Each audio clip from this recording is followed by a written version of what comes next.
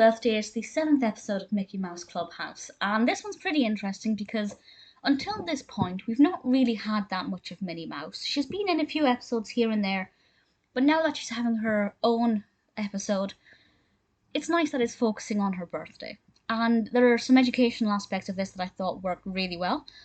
But I will say, as always, I'm not the target audience for Mickey Mouse Clubhouse. I'm well aware of that. I'm 30 years old.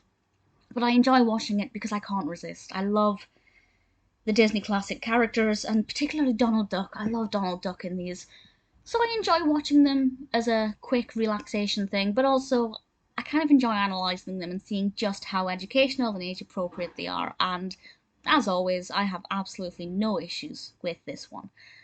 So obviously the narrative is very straightforward. It's Minnie's birthday, so the gang are all in the clubhouse preparing various things for Minnie's birthday. They're setting up the decorations, they're making the cake, and they need to try and prevent Minnie from coming into the house. So they make her do different things like picking strawberries, and there's a particularly odd scene with a jump rope. I have to say that I thought was very unusual, but it worked well, I guess. That scene was unusual, but I thought it was a really nice way of bringing Minnie into the foreground.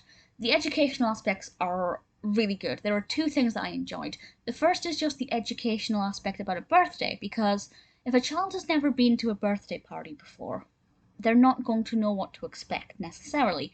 And this explains, Mickey is actually explaining to us, we'll all hide, we'll shout surprise, there'll be a cake and decorations, and he's actually explaining to the child or to the viewer what will happen at this birthday party. And I think that's really great, because new social occasions can obviously bring out a lot of anxiety, both in adults and children. So to give the child an indication of what to expect, I think that's really sensible.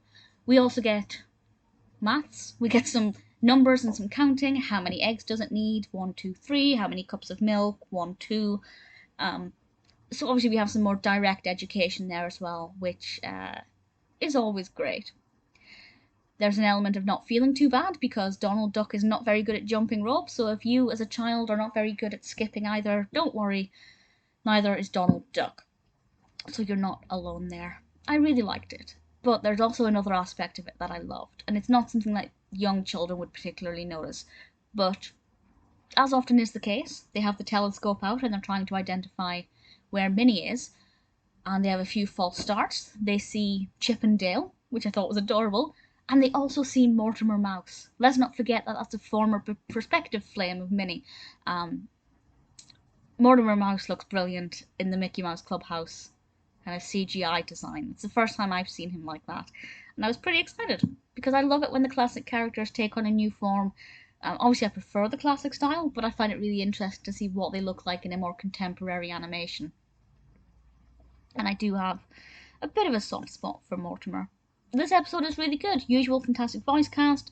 Allwine as Mickey Mouse, Tony Anselmo as Donald, Corey Burton as Ludwig von Drake, Bill Farmer as Goofy, Tress MacNeille as Daisy, Russi Taylor as Minnie Mouse, and we also have Maurice LaMarche as Mortimer Mouse. I can't fault this episode. It's a lot of fun. It's very educational. Minnie didn't seem too disheartened when she kept asking if she was being asked to pick strawberries for a special occasion, or asked... I don't know why she thought Donald was asking her to jump rope for a special occasion. I'm really not sure what that would mean. But, she didn't seem too disheartened when she thought people had forgotten her birthday. But all's well that ends well. I had a lot of fun with this one. Maybe not my favourite, but a lot of little things in this to enjoy if you're a Disney fan.